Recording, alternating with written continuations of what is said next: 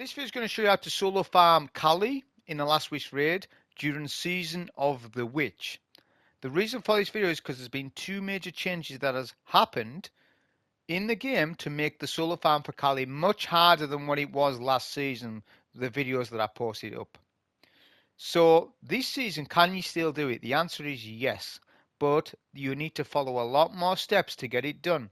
I recommend for most players that if you can't do this and you haven't got the skill, then I recommend you fire team. You do this in a fire team and farm it. However, you can't farm Kalli anymore only when it's the Last Wish raid featured, weekly raid, which will be the 10th of October. So 10th of October, you can farm this over and over. Right now, this week you can't, but you can get one drop. And maybe practice this week so that you're ready for next week, because you're gonna need a couple of things. The first thing is that you're gonna need is Transcendent Blessing mods.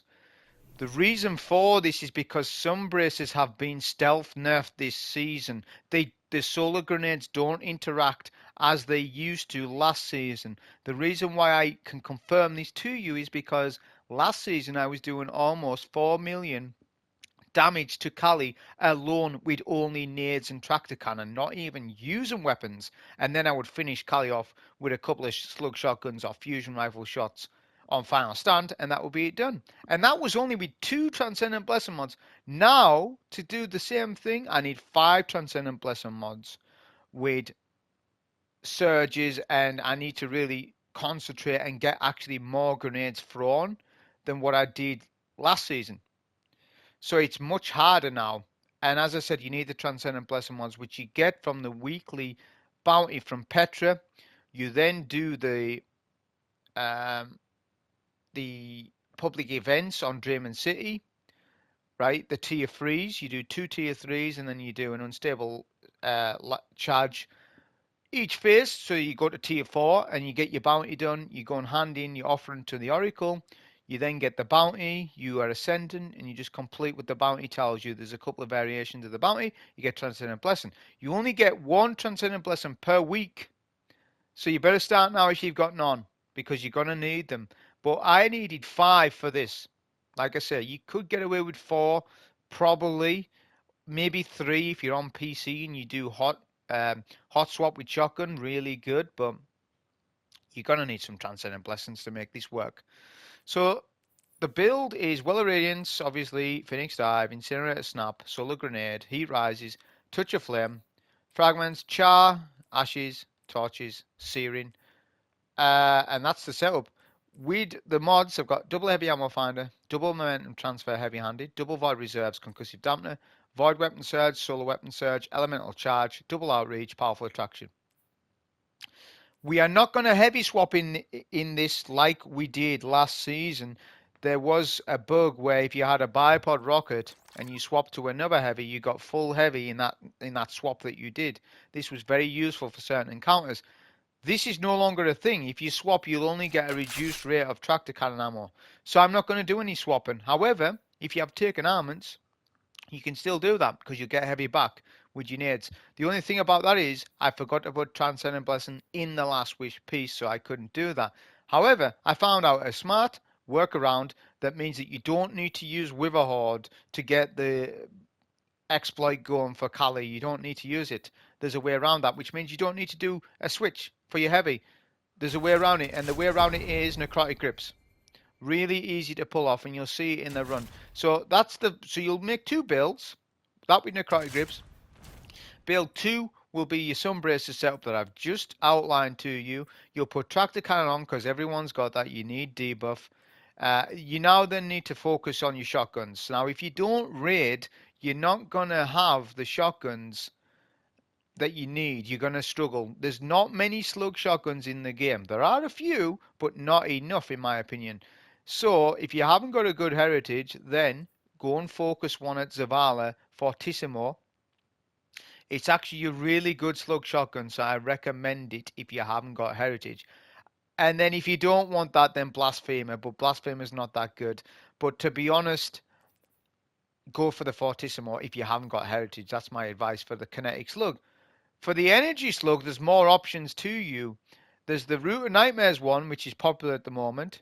There is the Compass Rose, which most people won't have. I don't even have the gun. There's First In, Last Out. There's Sojourner's Tale. Now, I've got this one because it's got All Lone Horse on it, and I kept it from years since.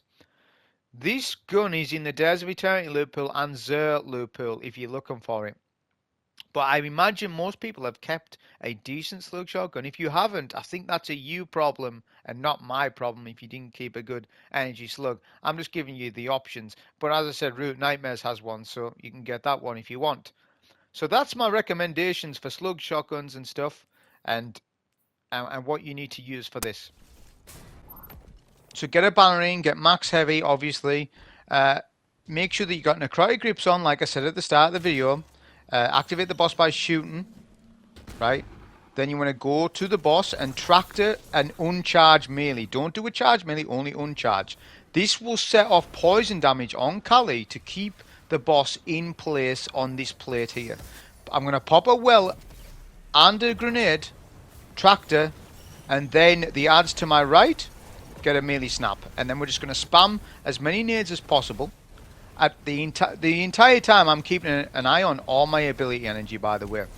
If you're not accustomed to this playstyle, you need to practice and learn it. I think a lot of Warlock mains are, though. Use your Phoenix Dive when you think you're not going to get your melee back. Pick up the Fire Sprite, you'll get an armor charge, which will give Tractor Cannon a slight damage bonus, which will help out.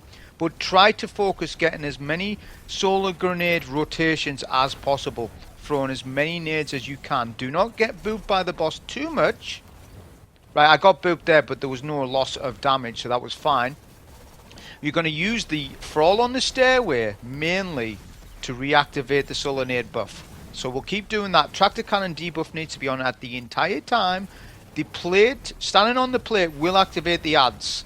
So that's the rotation. You just keep doing that over and over. The more you do it, the better you are at it. We're going to get one extra damage rotation in of nades. We need to get to the K on Kalli at the very least to make this a success. Now there's a bit of RNG. Where does the boss teleport? Sometimes the boss can teleport right next to you. That didn't happen. But we had an ad wave. So I done another incinerator snap, tractor, spammed a load of nades, pop a well, not too close to the boss because the boss will stomp you. And then we're going to use a solar shotgun because we're doing 70k per shot. Because of the Maestro and the Surges, right? And then we're just going to finish with as much shotgun ammo as possible.